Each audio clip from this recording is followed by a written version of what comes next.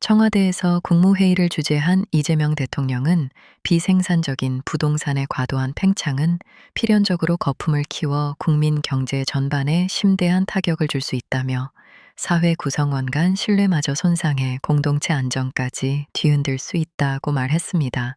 특히 부동산 거품 관리 실패가 장기 침체로 이어진 이웃나라 사례를 언급하며 부동산 거품을 제대로 통제하지 못해 잃어버린 20년, 잃어버린 30년이라는 큰 혼란을 겪은 이웃나라의 뼈아픈 사례를 반면교사로 삼아야 한다고 밝혔습니다. 이재명 대통령은 정책 성공의 출발점은 어떤 정책이 어떤 방식으로 시행되는지 국민께 적시에 알리는 것이라며 국정의 성패는 국민의 이해와 참여에 달린 만큼 소통과 홍보에 각별히 노력해 달라고 당부하셨습니다. 그럼 관련 발언 영상을 보시겠습니다. 요즘 부동산 문제가 논란이 되고 있습니다. 경제 구조의 대전환을 통한 모두의 성장을 제대로 실현하기 위해서는 부동산에 비정상적으로 집중된 우리 사회의 자원 배분 왜곡을 반드시 바로잡아야 합니다. 비생산적인 부동산의 과도한 팽창은 필연적으로 건품을 키우게 됩니다. 그리고 성장 잠재력을 훼손할 뿐만 아니라 자칫 국민 경제 전반에 심대한 타격을 더할 수 있습니다. 이는 나아가 사회 구성원 간의 신뢰마저 손상해서 우리 공동체의 안정까지 뒤흔들게 될 것입니다. 부동산 거품을 제대로 통제하지 못해서 잃어버린 20년 또는 잃어버린 30년을 경험하며 큰 혼란을 겪은 가까운 이웃나라의 뼈아픈 사례를 반드시 반면교사 삼아야 되겠습니다. 이런 어려움을 피하려면 굳은 의지를 바탕으로 실효적인 정책을 지속적으로 안정적으로 추진해 나가야 합니다.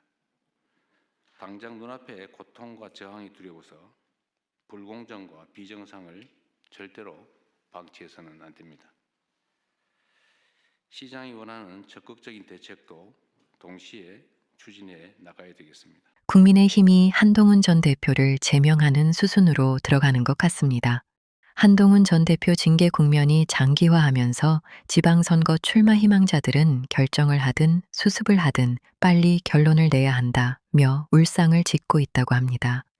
한동훈 전 대표는 SNS에 반민주 반지성적인 말을 놀랍게도 윤리위 결정문에서 대놓고 하고 있다며 민주주의가 아니라 북한 수령론 나치즘 같은 전체주의 사입이 민주주의라고 적었습니다.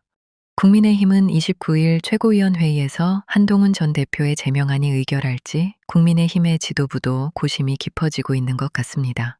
도이치 모터스 주가 조작 의혹, 통일교 금품수수 의혹 등을 받는 김건희 여사에 대한 1심 선고 공판 중계를 법원이 허가했습니다. 특검팀은 결심 공판에서 범행을 전면 부인하는 등 반성의 기미가 없고 죄질이 불량한 점을 종합적으로 고려했다며 김건희 여사에게 징역 15년을 선고해달라고 재판부에 요청했습니다. 이에 김건희 여사는 최후 진술에서 내 역할과 내가 가진 어떤 자격에 비해서 너무 내가 잘못한 게 많은 것 같다 면서도 나도 너무 억울한 점이 많다고 말했습니다. 1월 28일 같은 재판부에서 김건희 특검팀이 기소한 권성동 국민의힘 의원과 윤영호 전 통일교 세계본부장에 대한 1심 선고도 같이 합니다. 트럼프 대통령은 27일 한국의 관세 25%로 올리겠다고 발표한 이후 추가 입장을 내놨는데요. 한국과 잘 조율해 해결책을 찾아보려 한다며 대화가 열려 있음을 보여지고 있습니다. 백악관 관계자는 관세를 다시 인상하겠다고 밝힌 것은 한국이 관세 인하 대가로 합의한 약속을 이행하지 않았기 때문이라고 밝혔습니다. 미국의 관세 인하 대가로 우리나라가 약속한 대미 투자에 대한 법안, 대미 투자 특별법이 국회 문턱을 넘지 못하고 있는 걸 미국이 지적한 것으로 보입니다. 상호관세 부과가 적법한지에 대한 미국 대법원의 판결이 임박했다는 관측 속에 대미 투자를 조속히 이루고자 하는 트럼프 행정부의 압박인 것으로 보입니다. 대한민국 정부는 관세 문제를 조속히 잘 해결하시길 바랍니다.